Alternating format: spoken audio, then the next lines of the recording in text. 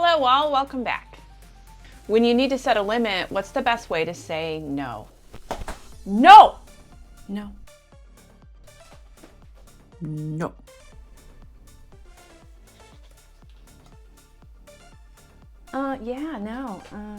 No, sorry. No! No! No! I said no! No. No, no, it's a big no. Well, I don't really want to. Let's say no in English, no. Let's say no in Spanish, no. Yeah, that's gonna be a hard no. No! Okay. The information I have today is inspired by this book and also personal experience. The book is called Who's Pulling Your Strings? And the author is Harriet Breaker. One of the techniques that was talked about in the book is the broken record. It's a very effective way to say no and make sure that it's heard. Years ago, I went to a timeshare presentation, and not that I have anything against timeshares. I know a lot of people who have timeshares. There's nothing wrong with them. But you can go to a timeshare presentation and you get a discount on a hotel or some kind of tickets to something or what have you. So definitely we were taking advantage of that. So we went to the timeshare presentation, going into it knowing we were going to say no to purchasing a timeshare. So this person tried everything. We kept saying no, no, no. And the person tried everything to get us to buy a timeshare, even at the end saying something along the lines of, well, I even came in on my day off, which I don't know what that has to do with anything and me purchasing a timeshare, but you know, we left that day without a timeshare. But you don't have to try to get a good deal on a hotel rate or free ticket someplace to be put in a high pressure situation that someone is trying to pressure you into doing something that you cannot do or you don't want to do. So again, the concept I'm going to talk about today is the broken record. Now, back in the 70s when records peaked, it would be great to hear James Taylor's sweet, sweet voice playing over and over again. But you wouldn't want to keep hearing the same few words on repeat. You would eventually just turn off the record. So the broken record method for saying no is repeating the phrase no or something along those lines as no to help in situations where either you are being coerced, such as in the timeshare presentation, or maybe this is someone that you've known for a long time and you're trying to set a new limit with them. And normally you would say yes, but you want to say no. An interaction with someone that you know fairly well and you're trying to say no, but you're not using the broken record method can look like this. Hello? Hey, can you watch Kayla tonight? It's a monthly date night for John and I, and the babysitter just canceled. Well, I can't tonight. I have a training really early in the morning and I came home today with a really bad headache. I just need to rest. We won't be out late and John and I have to get up in the morning too. It's our only night for the whole month for us to go out. Sweetheart, I know, but I just can't. Why don't you call Jennifer? She would love to do it. You know she's not going to do it. She's got that new boyfriend now. Well, that's true. I forgot about that. Why not just reschedule? Reschedule it? You know John goes out of town all the time. It's so hard to reschedule. We really need this. We need this a lot. You know, this is for our marriage. But my head really hurts and I'm already in my PJs. You always think about you. You never think about anybody else. And you've helped Jennifer way more times. I think I helped you a few days ago. Listen, I'm about to break down. I need this. Can you do this just one more time and then I will never ask you for anything again? Well, you don't have to get like that. I will be over as soon as I can get dressed.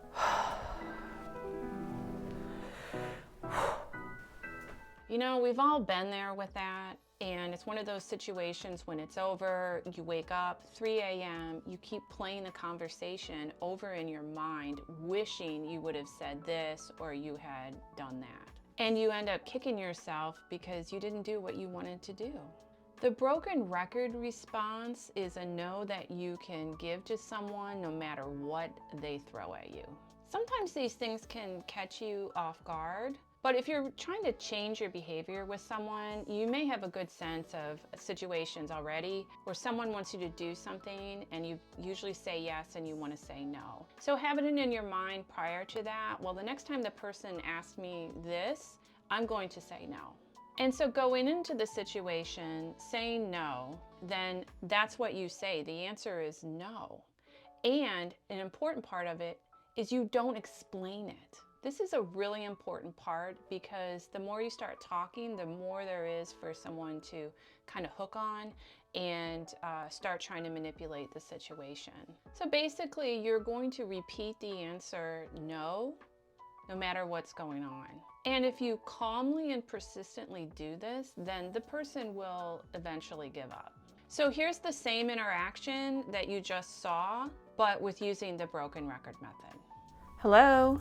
Hey, can you watch Kayla tonight? It's the monthly date night for John and I, and the babysitter just canceled. Yeah, I'm sorry, I can't. I don't feel well and I have to be up early in the morning. We won't be out late, and John and I have to get up in the morning too. It's our only night for the whole month for us to go out. No, dear, I can't. Well, you can for Jennifer whenever she wants. She told me you did last Saturday. Well, today is a no to anyone. But you know I can't reschedule it. John travels for his work and we won't be able to do this again for a long time. Can you please do it? The answer is still no. I have a headache. I'm going to go now. God, you only think of yourself. My head hurts too. I'm tired too. I'm about to break down. So you know what?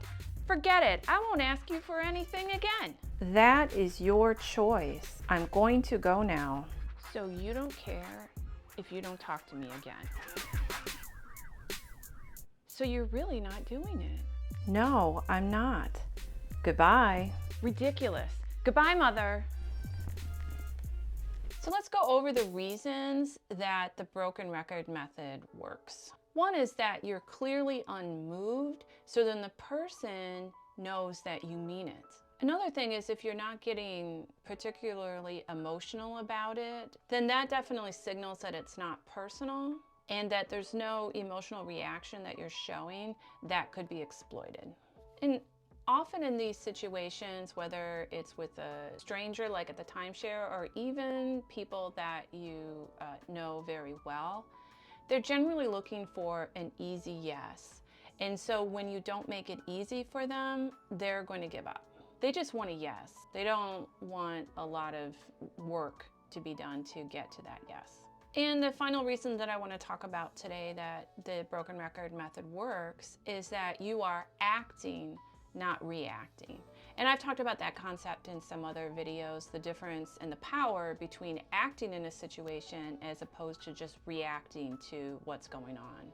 It really makes a difference in the outcomes, and the outcomes tend to be more in your favor or more to your liking. If this is a new concept for you and you want to start saying no more often in your life, there's some considerations and some things to sort of expect when you start using this method. When you first start using this, it may feel to you as very cold and calculating.